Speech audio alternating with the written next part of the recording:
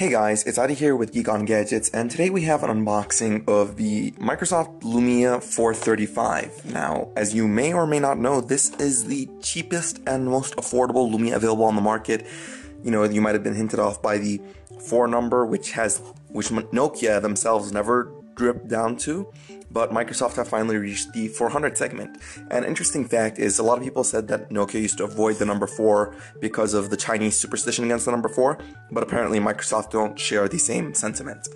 So basically the 435 was announced last month alongside the new Lumia 532, and it basically just works on bringing down the Microsoft Lumia range to an even lower price point.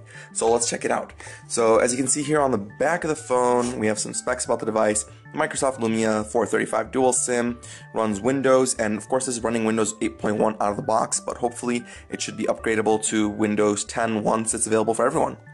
Have 1GB of RAM and 8GB of internal memory, which is really impressive for a device like this, thinking back that last year, Nokia could barely get the Lumia 630 to 1GB of RAM, which it didn't.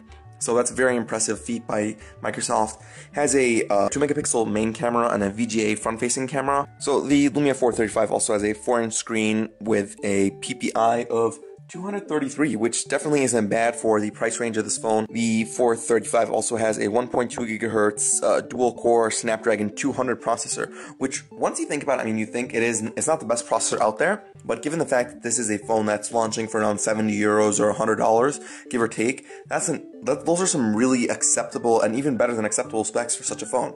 So let's open it up and see what's inside the box. So I'd also like to apologize for the condition of the box. The Jordanian customs really tore this thing apart. I actually had to tape it back together. So, bunch of assholes. Anyways, so here we have the Lumia 435 itself in a vibrant orange color. So, check that out. We also have a little guide showing you how to insert the SIM and batteries. And under here we have the actual battery itself, the wall charger,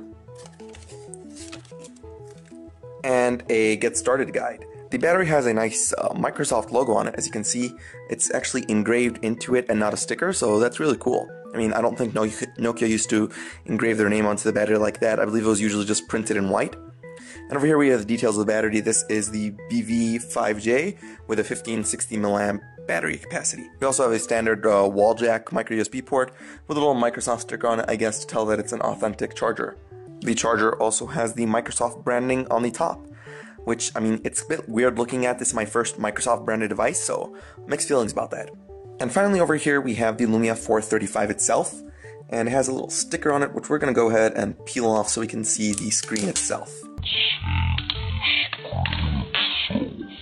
If you're familiar with previous Nokia devices, you'll notice that the Lumia 435 has a striking resemblance to the Nokia X series. It has the same square face with the pointed corners, but the rounded screen edge, the same positioning of the buttons, and just the same blocky look that doesn't have as much detail going into it as some of the higher end Lumias, but it has a distinct, relationship to the Lumia line, and you'll notice that it does look a lot like the X series, and that is actually because a lot of people are saying the 435 is based off a cancelled Nokia X, which was dropped when Microsoft decided to cancel all non-Lumia developments, so they repositioned the body and framework for the Lumia 435, and hence the very affordable price range.